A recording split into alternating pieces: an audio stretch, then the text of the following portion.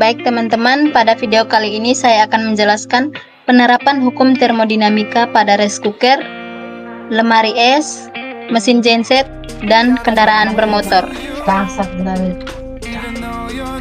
Yang pertama, kita menjelaskan pengertian termodinamika terlebih dahulu.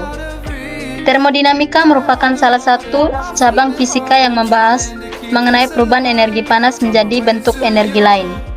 Termodinamika membahas mengenai hubungan antara energi panas, entropi, dan kespontanan proses. Dalam termodinamika terdapat sistem dan lingkungan. Juga terdapat hukum-hukum termodinamika.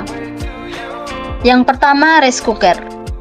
Rice cooker utamanya digunakan masyarakat untuk menanak nasi, akan tetapi rice cooker juga dapat difungsikan untuk kebutuhan lainnya, seperti untuk menghangatkan makanan, sayuran, dan lain sebagainya.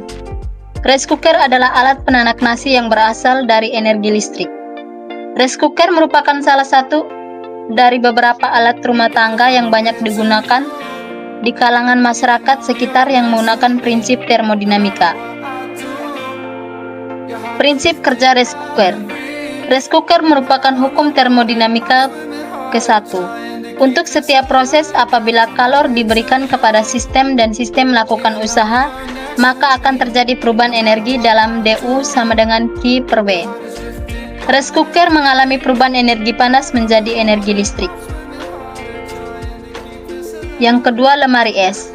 Lemari es menjadi salah satu perangkat elektronik yang bisa mengubah energi panas menjadi energi dingin.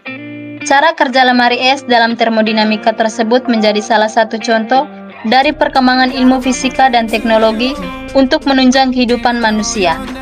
Dengan perubahan energi di lemari es, manusia dapat menyimpan makanan dan minuman di dalamnya. Prinsip kerja lemari es. Kalor sendiri merupakan tenaga panas yang dapat diterima dan diteruskan oleh satu benda ke benda lain secara hantaran atau konduksi, penyinaran atau radiasi, atau aliran atau konveksi. Meski begitu, keduanya memiliki cara kerja yang berbeda dalam mengubah energi. Pada prinsip kerja lemari es, energi panas akan selalu bergerak menuju ke daerah yang lebih dingin. Hal tersebut dapat terjadi melalui berbagai proses termodinamika. Termodinamika yang terjadi dalam lemari es adalah menggunakan energi listrik untuk memanfaatkan refrigeran dalam menghantarkan panas dari suhu rendah ke suhu tinggi. Termodinamika mempelajari pertukaran energi dalam bentuk kalor dan kerja serta sistem pembatas dan lingkungan. Sebuah lemari es harus melakukan tugas untuk membalikkan arah normal aliran energi panas. Kunci proses kulkas dan sistem pendingin lain agar dapat bekerja terdapat pada refrigeran.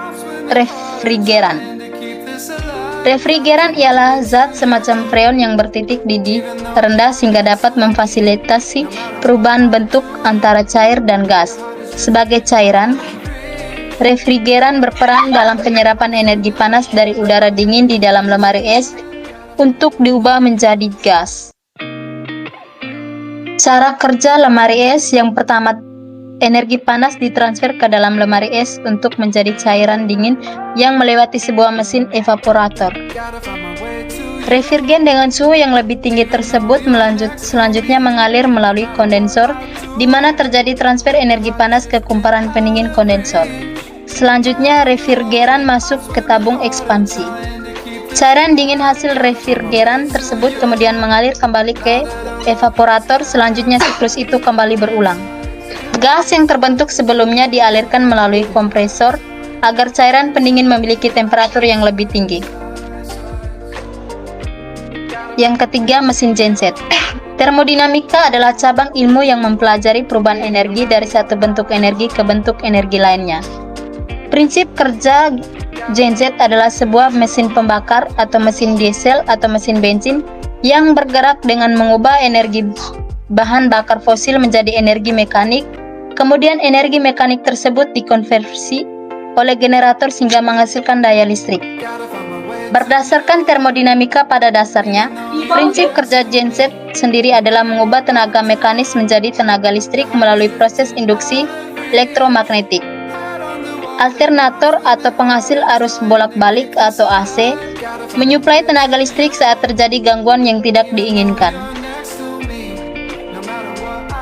Yang keempat, kendaraan bermotor. Prinsip kerja kendaraan bermotor berkaitan dengan hukum termodinamika kedua. Hubungannya dengan hukum termodinamika kedua adalah siklus udara volume konstan yang terjadi pada mesin kendaraan bermotor adalah siklus ideal yang menerima tambahan panas yang terjadi secara konstan ketika piston dalam posisi titik mati atas. Kalor mengalir secara spontan dari benda bersuhu tinggi ke benda bersuhu rendah dan tidak mengalir secara spontan dalam arah kebalikannya. Proses dari langkah kompresi adiabatik bertujuan untuk menaikkan tekanan uap bensin dan campuran udara.